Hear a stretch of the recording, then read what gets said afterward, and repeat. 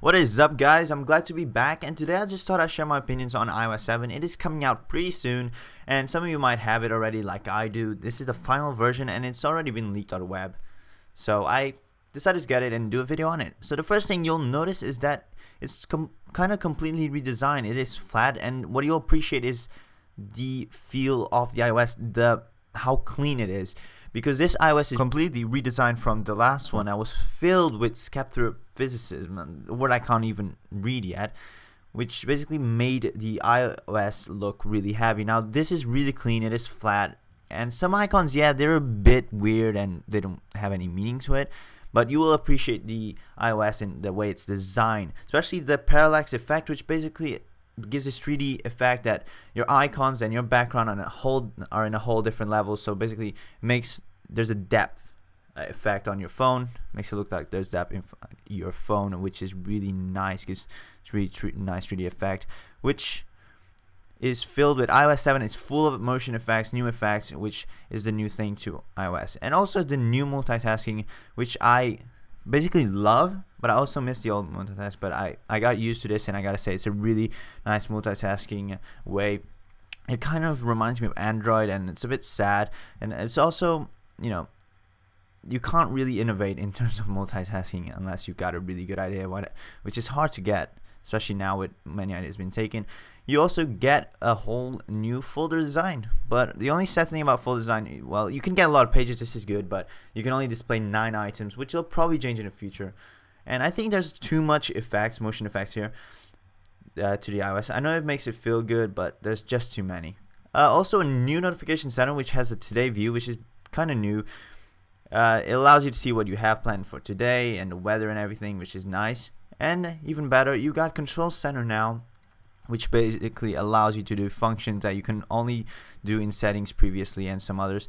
And now at a swipe of a finger, you can turn off wireless, turn on Wi-Fi, Bluetooth, and you can even have a flashlight. The iOS App Store has also been a little bit changed. You get the swiping down to from top charts back, which when iOS 6 they changed it to from side to side. You also get this new option, Apps Near Me, which I think Apple will probably get rid of it soon because it's not that useful, and I don't think people use it that much unless you're really like artistic in your art and you really want to see apps about art. But I don't think it's that useful, at least in my opinion. Basically, most apps on this new iOS, they don't offer a lot of new features, which I'm quite disappointed with, but they've been integrated to, you know, complement the new iOS design. The keyboard has been changed, and I gotta say I love this new keyboard. I can type quickly, not that I couldn't before, but now it's just a lot more smoother. And as you can see, it's got that translucent effect which most of the new iOS has. But the keyboard is not yet available in every application. I don't know if this will change when they officially release it, but apps that haven't been yet redesigned for the new iOS will still get the old keyboard. Now you also get a lot of new options to basically customize your phone, but not at an Android level. It's still basic customization. You can basically change the size of the font, which is curious because Apple used in the beginning when iOS 7 was announced in the beta, they used ultralight Helvetica Neue, but now they changed Helvetica Neue because it's much easier to read. Ultralight was just too light.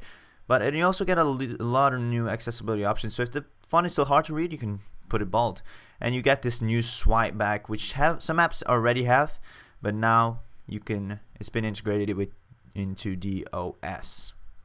Now, as I said, most apps don't have a lot of new features. It's just been integrated with this new translucent design, this more flatter design, and they don't offer that much. They're just a little bit more cleaner than before, and they basically have a lot of space. The new camera app, it's been kind of like totally redesigned, and it does offer some cool features. You can have the square feature, like taking Instagram photos, and you also have filters which many Android phones already offered. Apple is doing that as well.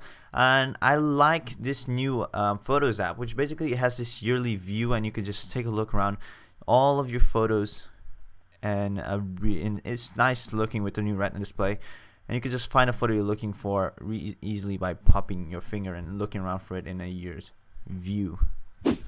Now, completely redesigned was the calendar, which I gotta say I muchly prefer this calendar to the old one, which just didn't really ever change. It just added new features. This one is much cleaner look, and it kind of is almost the same as macOS Averix, but you have a lot of different views now, and I prefer this to the other one that didn't change. And on music, in songs, you can finally see the picture of the album and or the single, so you can easily find your music. And now they've taken away the swipey album effect that was famous with the first iPod Touch, and it's now to just squares of album that display like 3 albums vertically.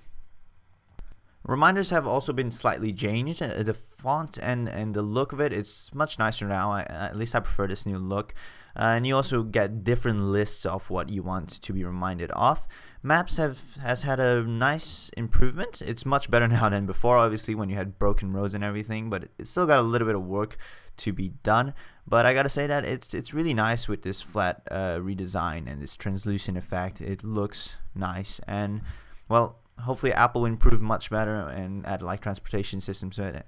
And other that right now I use Google Maps because it's older and better. It just offers more features. Now the browser, Safari, the new Safari actually made me change back from Google Chrome, which I liked, but now Safari offers this nice tabs view that I prefer, and it also gives you more space to view. And I gotta say that the new Safari for iOS is actually really nice. I actually really like this new Safari. It's making me switch back from Google Chrome to Safari. Now, well, these are just the basic changes that happen to some of the apps that are already, integrated with iOS.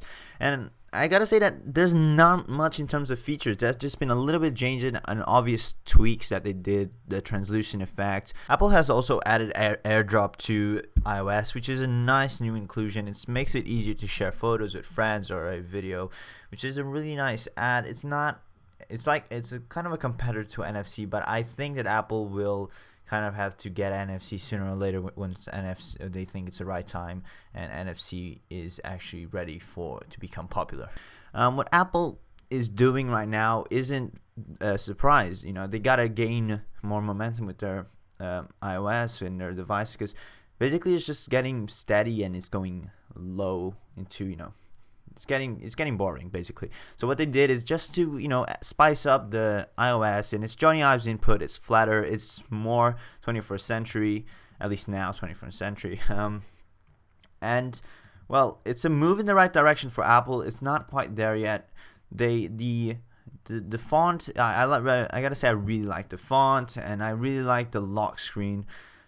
But there's a lot to be done in terms of the icons just look too big right now. There's a lot to be done, and I'm sure Apple will make this a much better experience than it is right now. There's too many motion animations, which I think they could cut down on and make it it's really smooth, but it's too smooth, if you understand me. But it's definitely ahead in the right direction. Apple is allowing more customization, but not as much as you get on Android. But hopefully, Apple will start working on that and allowing third-party, screensavers or other stuff. But in terms of iOS 7, I'm not quite sure if people will like it. I like it, but I also miss some of the things of the old design. It was smooth and snappy. This one is smooth, but too smooth and not so snappy. But we'll have to see how customers react. It's a much more younger design in terms of what it's aiming at. It's not really businessman. The colors have to be chosen much better. Maybe allow customization for like businessmen would like to make it more manly and more, more mature. While this is a little bit of an immature take on iOS, but it is a really beautiful redesign. The translucent, the parallax effect. It is really nice, and Control Center is a basic feature that we already expect, so nothing very new on the OS that we didn't really expect. Parallax effect is kind of a new thing, and it's a smart thing that Apple did here. It really adds this really nice effect to your phone and feel of the phone that it's actually three-dimensional. You're actually touching something, and the color combinations is quite nice. There's a lot of work to be done still, so hopefully Apple will do that with updates on iOS when it releases. There'll probably be constant updates on it. So thank you a lot for watching, and this was my first video in return. A lot more to come on iOS 7, which officially gets released. We'll probably have some more features to talk about and other stuff, which I'll be making more videos on. So thank you a lot for watching, and if you enjoyed this video, make sure to leave a thumbs up, and if you're not subscribed and you like this video and like other videos, be sure to subscribe. I'll be releasing many new videos soon on technology. It's been an exciting fall. iPhone 5C, 5S. Leave your opinions on those phones on the comment section below. 5C not as cheap as we thought it would be. So thank you all for watching, and I'll see you all in the next video.